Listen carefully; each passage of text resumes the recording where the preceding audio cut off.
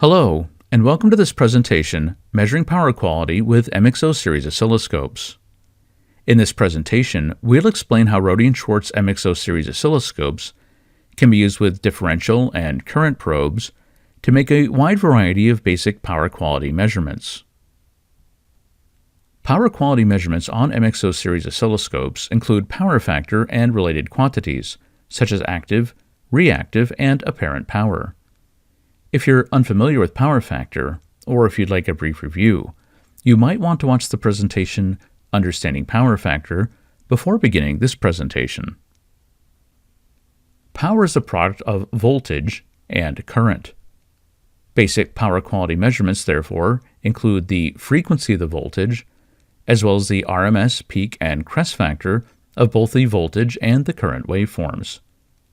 As you should already know, power factor quantifies the relationship between the voltage and current. This requires measuring the amount of active, reactive, and apparent power, and then computing the ratio of active to apparent power. The phase angle between the voltage and current waveforms can also be used to calculate power factor for sinusoidal waveforms. Remember that maximum power transfer occurs when the voltage and current waveforms have identical shapes and are in phase. Power quality can be measured with all Rohde and Schwarz MXO series oscilloscopes that have the K31 power analysis option. Since power measurements are made by measuring current and voltage, an appropriate current probe and differential voltage probe are also needed. Scope parameters such as time base, vertical settings, and triggering, as well as probe-specific parameters, must be configured to match the measured signals. Probes should also be deskewed before making measurements. Please see the separate presentation on deskewing to learn more about deskewing and how deskewing is performed. The test setup for measuring power quality is very straightforward. One MXO channel is connected to a differential probe for measuring the voltage, and a second channel is connected to a current probe for measuring the current. Again, it's usually best to configure probes and verify waveforms on the MXO before starting the power measurement application, although changes can be made to the scope and probe settings even after the application is running. To start the power measurement application, select Apps from the main MXO menu, and then select Power from the available applications under the General tab. Next, click Add to add a power measurement.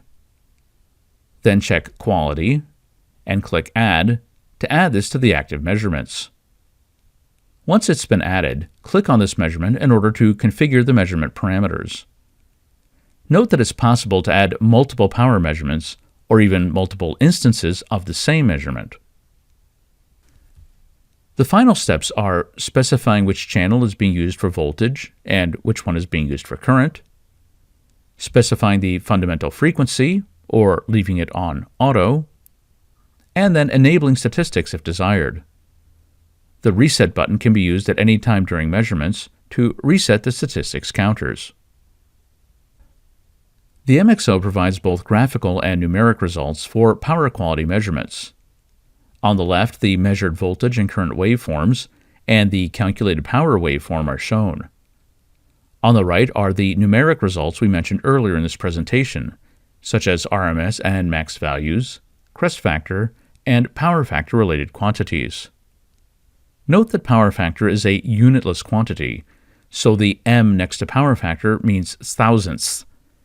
847 m is the same as a power factor of 0.847.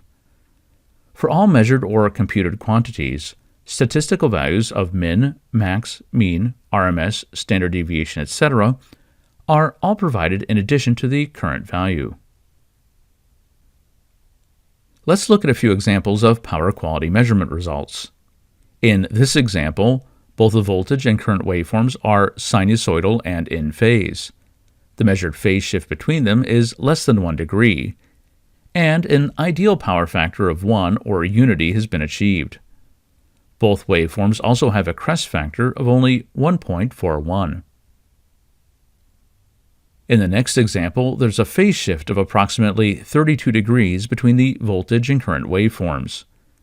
This phase shift reduces the measured power factor to approximately 0.85. Note, however, that the crest factor remains low for both the voltage and current waveforms. In our last example, the current waveform is highly distorted and non-sinusoidal. As a result, the measured power factor is very low, only about 0.32. And note that while the voltage waveform still has a relatively low crest factor, the crest factor of the current waveform here has risen to over 5, primarily due to the peaks at the start of each current waveform cycle. In addition to displaying the numerical results, these results can also be saved or exported by choosing Save Recall from the main menu. Simply select the PA or Power Analysis Results, and then choose the Save Location and File Name. Results are stored in standard CSV or comma-separated values format for easy import or processing. Let's end with a brief summary. Power quality measurements can be performed on all MXO series oscilloscopes with the K31 power analysis option. Differential voltage probes and current probes are also needed to acquire these waveforms. The measurement procedure itself is very straightforward. Simply attach and configure the probes, and then configure measurement parameters. In most cases, the default parameters are sufficient. The measurement will run automatically and provide a graphic display of voltage, current, and power, as well as real-time and statistical results in numeric format. These include peak and RMS values, crest factor, power factor, phase shift between voltage and current waveforms, and related quantities such as active, reactive, and apparent power. This concludes our presentation measuring power quality with MXO series oscilloscopes.